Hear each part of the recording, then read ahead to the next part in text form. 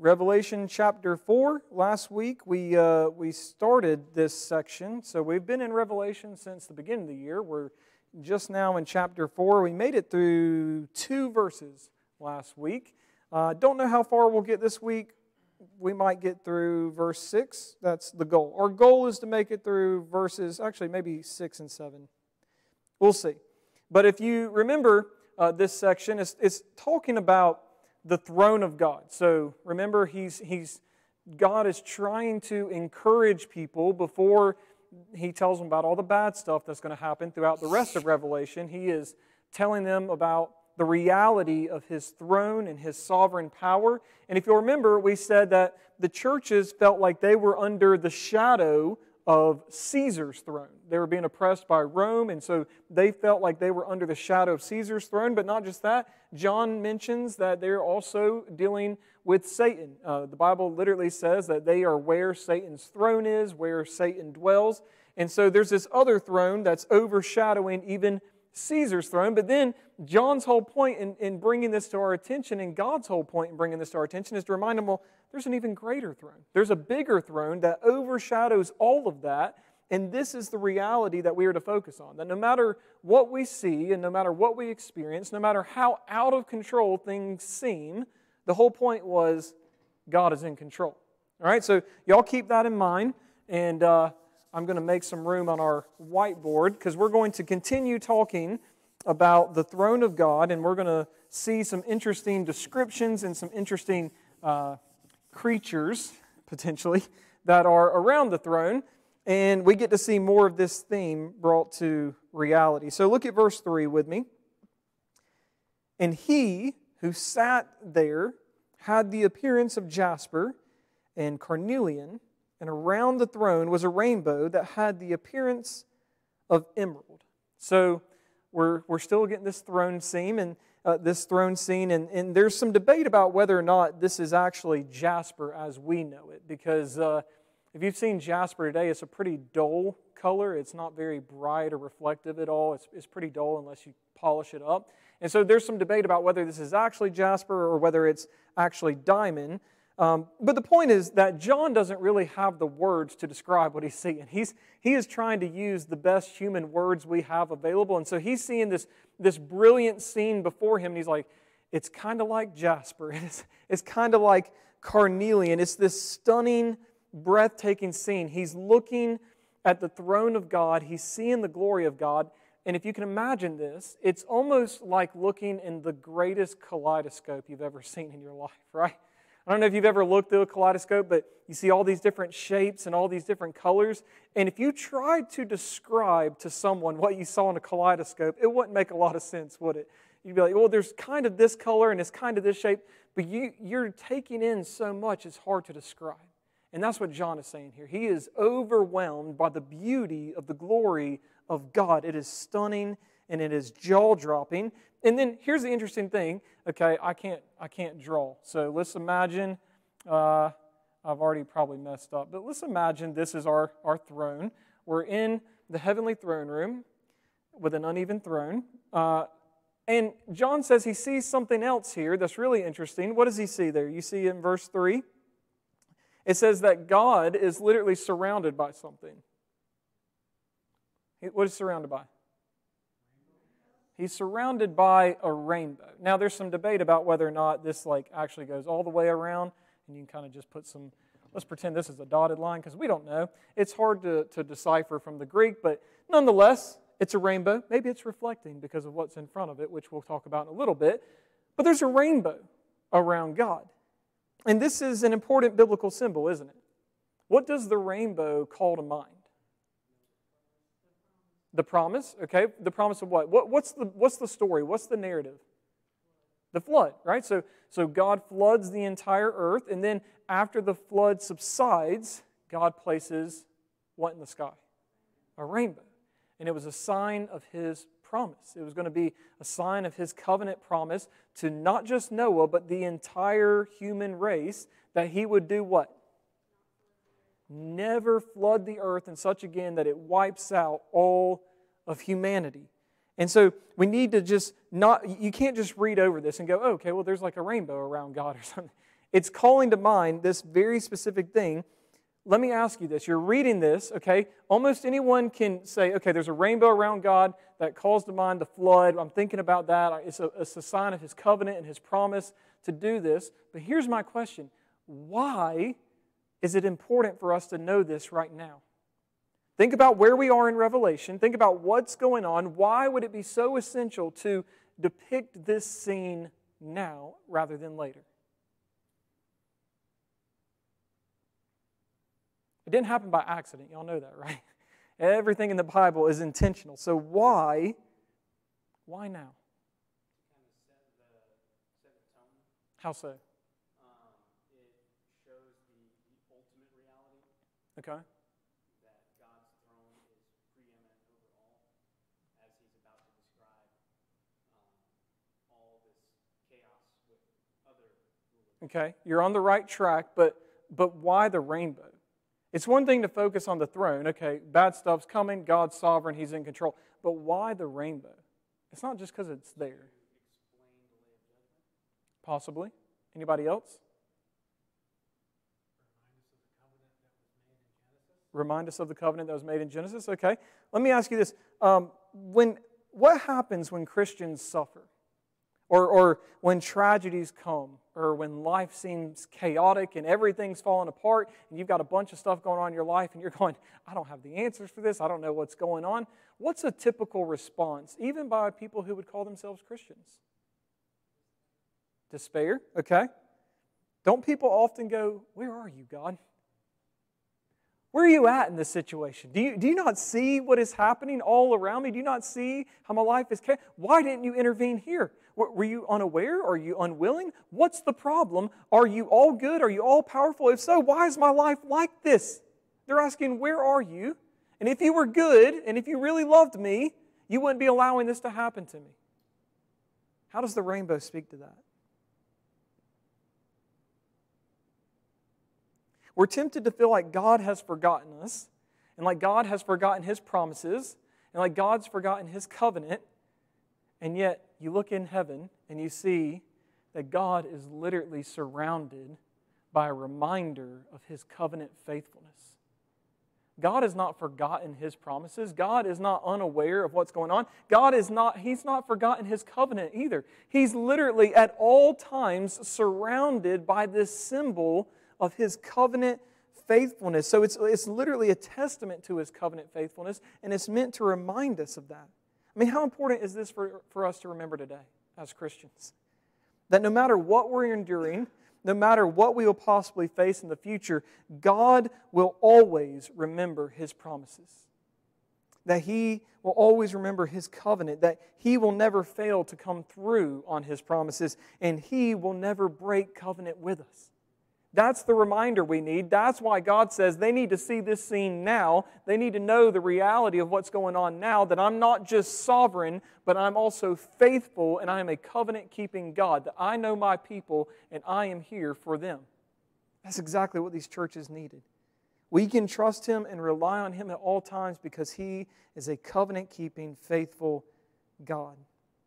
And then we get even more of this depiction of the throne of God. Look at verse 4. Notice what it says. And around the throne were 24 thrones, and seated on the thrones were 24 elders clothed in white garments with golden crowns on their heads. Now, there's some debate about, as you can imagine, I'm going to say that more than anything through our study in Revelation. There's some debate But there's some debate about who these 24 elders actually are. Okay? Most likely they're not humans, but angels. Why would we think that? Why would they be angels rather than humans?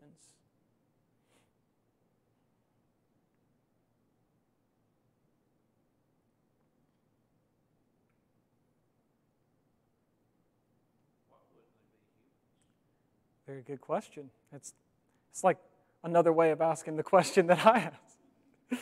So throughout Revelation, the 24 elders are often mentioned around the same time as other angels. Okay? But there's something else that's interesting. when these 24 elders begin to speak and say things in praise about what God has done, and specifically what the Lamb has done, they never once say, we. They'll say things like, and you ransomed them. They were ransomed by your blood, and they will reign forever on earth. If they were humans who had been redeemed by the Lord, which they would have to be if they're in heaven and around the throne of God, they should be saying we rather than they. But they always talk in the third person plural rather than in the first person plural. So that's something interesting to note. You'll notice this. You can track it all throughout Revelation. Anytime the 24 elders are speaking, they're singing, they're praising. I mean, you can even see it in Revelation 5, verse 10. You have made them a kingdom and priests to our God, and they shall reign on the earth. So you'll notice this. Just track it throughout. You'll see they always are saying what God did for them rather than what God did for us. So, most likely, we can't be definitive on this, but most likely they are angels, but they do in some way represent humans. So they're not humans, but they are there as a representation of humans. In this sense, why are there 24? Right, to be a representation of the 12 tribes of Israel, as well as the 12 apostles of Jesus. So notice again what's happening here. We can't just read over this, go, oh, there's 24 elders around the throne. Think about it. If it is a representation of the 12 tribes of Israel and a representation of the 12 apostles of Jesus, what does that mean to us? What does that bring to our mind? What are we supposed to take away from that?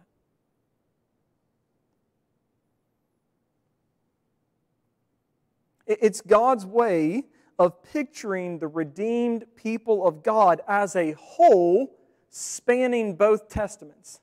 So in other words, God's throne and people around God's throne, it is not just for national Jewish people, national Israelites. And it's not just for the church. It is for all of God's people, for all time, spanning both testaments. And so not only is God surrounded by a testament of His covenant faithfulness, the rainbow, but notice this, He's literally surrounded by a testament to His saving power. He has redeemed those from the Old Testament. He's redeemed those from the New Testament. It is a testament to His saving power, and it's a reminder that just as He was faithful to save us, notice this, just as He was faithful to save us, He is faithful to keep us. The fact that they are around the throne of God and they will be there forever means that God is faithful to keep His people, that not even one of God's people will ever be lost. That's exactly what Jesus said in the New Testament. He said that He would not lose any of those that the Father had given Him. Jesus said no one is going to snatch us from the hand of God, that none is powerful to do that. God will keep us forever, and we will be with Him in glory forever because of His saving power and His ability to keep us. But then, speaking of power, we get verses 5 and 6. Okay? From the throne came flashes of lightning and rumblings and peals of thunder before the throne. And before the throne were burning 7 torches of fire, which are the 7 spirits of God. And before the throne there was, as it were, a sea of glass like crystal.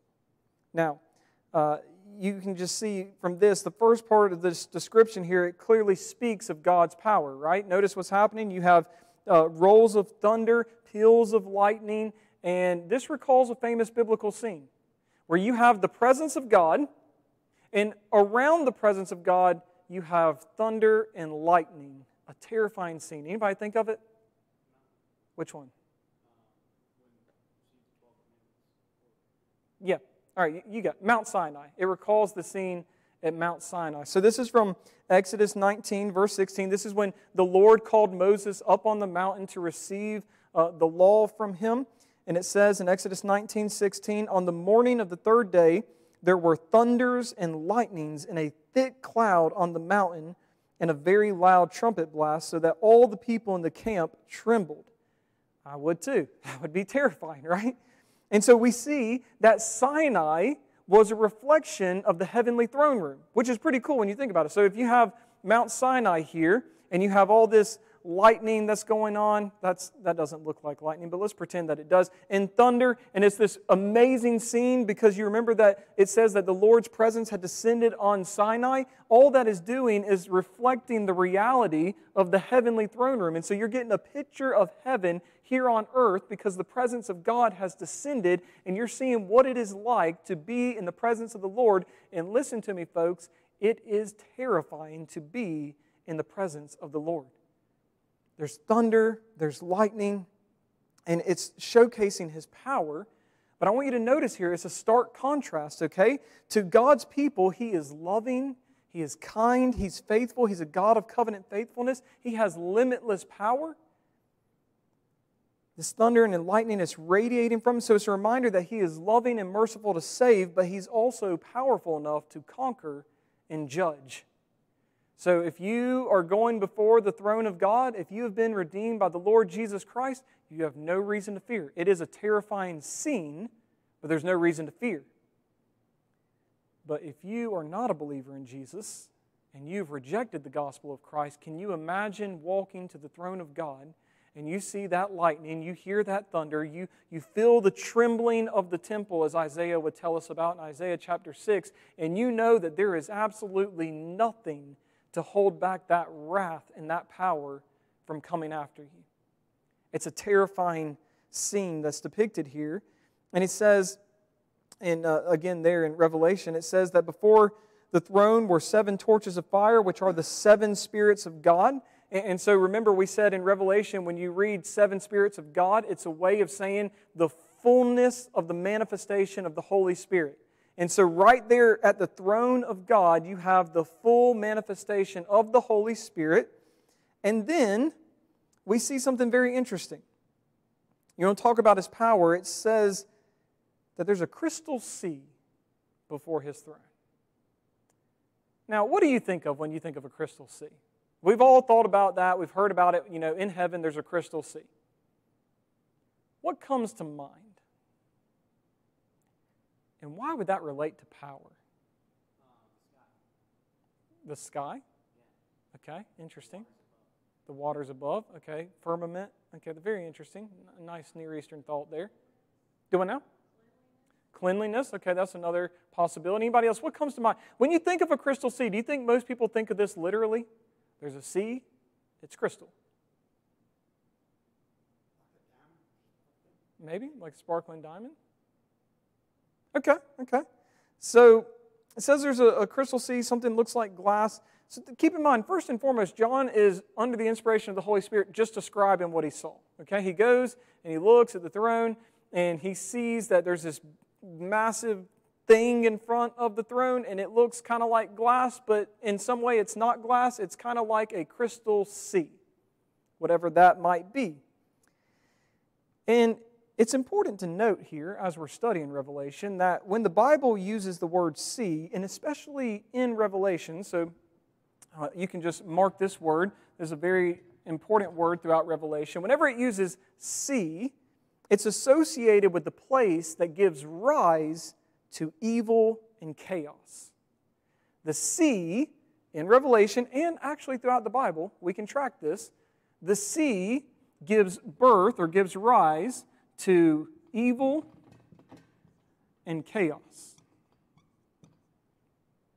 So for instance, if you read in Psalms, in the book of Job, the Leviathan comes out of the sea. It's the place that gives birth to the Leviathan. But not just that, if you go later in Revelation chapter 13, you have the sea, and what comes out of the sea, Mr. McKinney? The beast. The beast rises out of the sea. Now, as a kid, I used to think that meant that there was going to be an ocean and the beast was going to come out of the ocean. Just another reason to avoid the ocean. You don't like sharks. You don't want to see the beast when he comes. But it's metaphorical. The sea, which gives birth to evil and chaos, the beast rises out of that. And then, very interestingly, we see in Revelation 21 that the sea, at the very end, so this is after Christ returns, after the final judgment, all that kind of stuff, the sea gives up its dead. So this is Revelation 21. The sea gives up all its dead, And then, or actually that's Revelation 20, my bad. And then in Revelation 21, verse 1, this is what we read. Then I saw a new heaven and a new earth.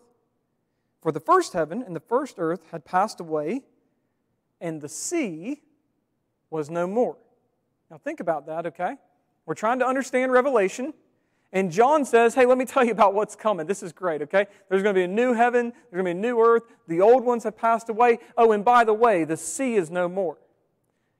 Now, that was depressing for me as a kid because I grew up and I liked to surf. I was always, going to the beach whenever I could, and I grew up surfing. I really liked to surf, and so I thought, well, heaven's going to be super boring because I like to surf, and there's going to be no sea. Why does God hate the ocean? He created it, right? Well, it's because maybe God's not talking about the ocean here. Maybe He's talking about something else. What would it mean if all throughout the Bible, the sea is associated with evil and chaos, the sea is what gives birth to the beast, the sea gives up its dead, and then finally in Revelation 21, the sea is no more? What does that mean? No more evil and chaos. The sea is no more means there is no more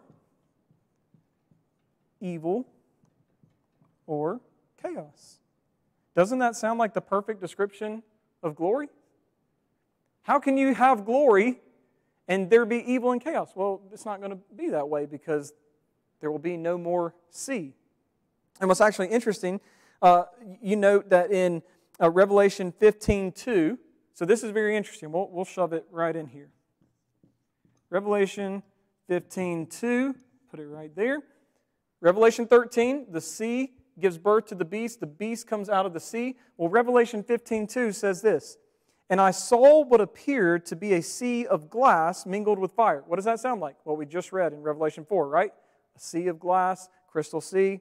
And also those who had conquered the beast and its image and the number of its names, standing beside the sea of glass with harps of God in their hand. So pay attention to that.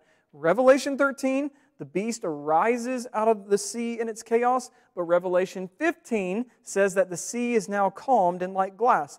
Why? Why is it now calm? Because the evil is gone, right? The Lord has conquered and defeated the beast. The believers have persevered in their faith. The Lord has subdued all evil at that point. And so all this is to say that when we see the vision of the Lord in Revelation 4 and the crystal sea, it's once again an encouragement and a reminder that the Lord has already won the victory. It's already sealed. It's already done. It's a picture of what He's going to do. He will bring order to the chaos and eliminate evil completely. How? By His sovereign power and the triumph of the Lamb. The victory is certain. How encouraging is this? All right, I want you to think about this, not just from our perspective, but think about it from the perspective of the churches that first read the book of Revelation. You're seeing all sorts of evil in the world. You're seeing chaos in the world. I mean, just think about the evil and chaos we see today. Think about the stuff that is celebrated in our world today that the Bible calls evil. Think about the things that are promoted. You look around our world and you see evil and chaos constantly. Same thing was true back then. Now imagine in the midst of all that, you're seeing this evil, you're seeing this chaos, and then imagine you think about Revelation chapter 4 and you see that before the throne of God is a crystal sea. It's already there. It's a picture that all this evil, all this chaos we're seeing, it's temporary. Because the heavenly reality is that before God there is a crystal sea, meaning that the sea is still, the evil has been conquered, there is no more chaos. This is the reality that is going to be ours one day that we will get to experience. And so it's God encouraging us once again. I know that there's evil in this world. I know that you're living in a fallen world. I know that you see all the chaos that comes from life in this world. And He says, but lift your eyes up off of what you can see and look to the heavenly reality. Remember that there is a crystal sea before the throne. That evil and chaos are going to be eliminated by God. It is not permanent. There's a greater reality. That's what this whole point of this vision is. Stop focusing just on what you see and experience and focus on the greater reality that is seen in this heavenly vision. That's what John is encouraging us to do here. You see again that no matter how out of control things seem, God is always in control, and so we can trust Him. And again, that's encouraging for us, is it not? That when we begin to experience those hardships, when we begin to experience the evil and the chaos in the world, and it's hard, right? I mean, let's be honest with each other. You watch the news, it's pretty hard these days, isn't it? I mean, you pay attention to what's going on in the government. That's going to get us kicked off Facebook. But it's pretty hard, isn't it? I mean, you look at things that are being passed as bills. You look at people in position in the governments, and you see the things that they're allowing and the things that they're not allowing, and you're going, how on earth is this even allowed? How is this acceptable in our world? You look at the kind of things that you see going on social media, these parades that are going on, these marches that are going on, all this sin that's being promoted and what children are being exposed to today, and you go, how is this allowed? Look at the evil of this world. Look at the chaos of this world. And when you are paying attention to that 24/7, that gets you down, does it not? I mean, have you noticed the more you pay attention to the news, the more depressed you are? Anybody ever notice that? The more frustrated you are, the more disappointed you are constantly. So this is also for our benefit. God's saying, hey, it's good to know what's going on in this world, but I want you to understand there's a greater reality. That there is a crystal sea before the throne. That all of this is temporary and it will not last. That all of this, even though it seems to be taking over our country and our world, it can't actually conquer. That there is a greater one who will conquer all of this and put an end to all of that. And so God is saying, just lift up your eyes. Lift them up and focus on the heavenly reality and the hope that is found in the fact that the Lamb will conquer. He will be triumphant, and we will get to take part in that victory. That's the encouragement for us today, that no matter how out of control things seem, God is always in control.